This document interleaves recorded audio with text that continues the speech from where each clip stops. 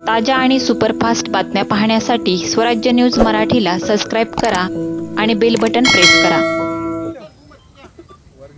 साहेब, आज मतदानाचा हक्क बजावलेला आहात, सहकुटुंब दरवेळेसप्रमाणे आजही बजावलेला आहात।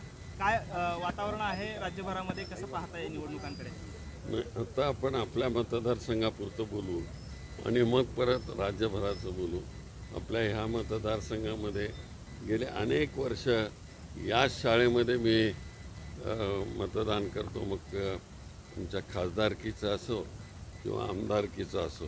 पण ह्या जागेत आत्ता काढादी कॅन्डिडेट आहेत, तिथे उमेदवार आहेत असेंब्लीला, तर त्यांचंही मतदान करण्याकरता म्हणून आम्ही इथं आलेलो आहोत। मला वाटतं की ह्या मतदारसंघामध्ये चांगलं वातावरण आहे आणि काढादींच्यासारखा एक नेता, शांत स्वभावाचा, सगळ्यांचं समजून घेणारा, सगळ्यांचं ऐकून घेऊन काम करणारा अशा प्रकारचा हा नेता आहे। त्यामुळं त्यांना भविष्य आहे चांगल्या तऱ्हेनं। मला वाटतं त्या ह्या ठिकाणी मानेनं उमेदवारी दिली होती, पण त्यांचा फॉर्म मिळाला नाही। मग मानेनी ह्यांनाही सपोर्ट केला, धनराज काढादींना।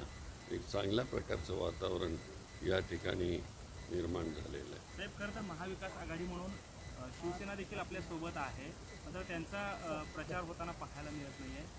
धर्मराज काढादी साहेब आपल्यासोबत दिसत आहेत, काय नक्की मेसेज आहे? नाही, मेसेज नक्की असं काय नाही। त्यानं शिवसेनेच्या लोकांनी फार गडबड केली की तो मतदारसंघ हा आमचा दक्षिण मतदारसंघ, ज्या ठिकाणी मी 2दा मुख्यमंत्र्याची निवडणूक लढवली होती आणि दोन्ही वेळेस विजयी झालेलो होतो। त्याच्या अगोदर देवकते साहेब आमचे अनेक वेळेस तिथून निवडून आलेले होते। हा काँग्रेसचा मतदारसंघ एक वेळेस त्यांचा कधीतरी मधल्या वेळेस निवडून आला उमेदवार, आणि त्याच्यावर त्यांनी स्वतःच्या नावावर सगळा मतदारसंघ घेणं हे चुकीचं आहे।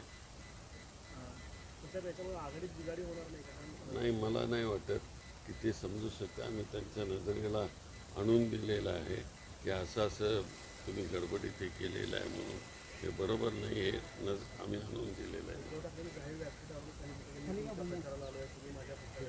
ठीक आहे, होतं, पण त्यांना त्याच्यानंतर आम्ही सांगितलं ना, समजून सांगितलं त्यांना। आपला पाठिंबा आता काँग्रेसचा अधिकृत पाठिंबा हा धर्मराज काढादी यांना असं म्हणायचं? हो हो हो। हिंदीमध्ये